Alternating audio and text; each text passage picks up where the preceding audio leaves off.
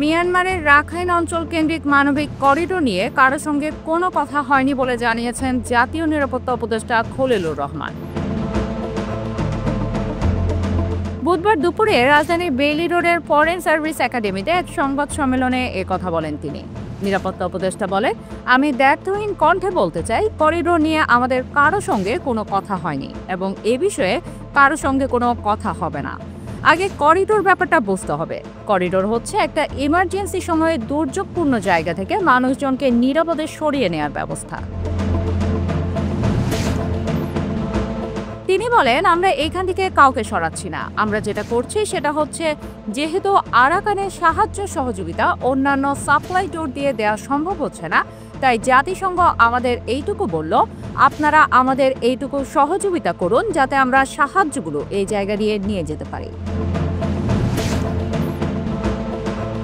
নিরাপত্তা উপদেষ্টা আরও বলেন, জাতিসংঘ তো গত 6 থেকে 7 বছর ধরে আমাদের চোখের সামনে রোহিঙ্গাদের সাহায্য দিয়ে যাচ্ছে।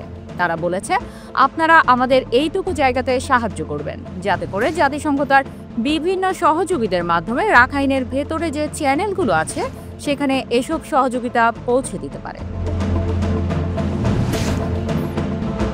তিনি বলেন, আপনারা চাইলে খবর নিতে পারেন জাতিসংঘে। আমরা করিডোর নিয়ে কোনো আলোচনা করিনি।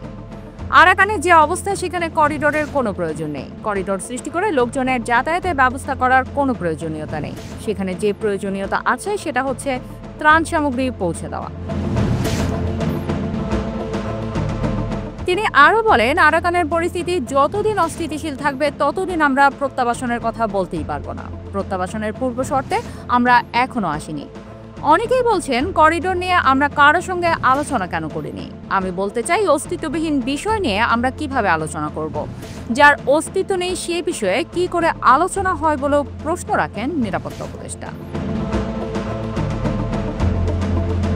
প্রসঙ্গত, বাংলাদেশে মিয়ানমারের অভ্যন্তরে ত্রাণ পাঠানোর জন্য মানবিক করিডোর সুবিধা দেওয়ার বিষয়ে আলোচনা সমালোচনা চলছে।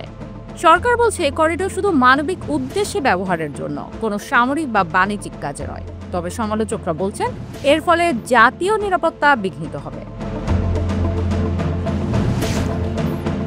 এর আগে গত 4 মে বিইউপি ক্যাম্পাসে সশস্ত্র বাহিনী বিভাগ ও বাংলাদেশ ইউনিভার্সিটি অব প্রফেশনালস আয়োজিত এক সেমিনারে জাতীয় নিরাপত্তা উপদেষ্টা বলেন, আমরা মানবিক করিডোর নিয়ে কোনো আলোচনা করিনি, কোনো চুক্তি বা সমঝোতাও করিনি।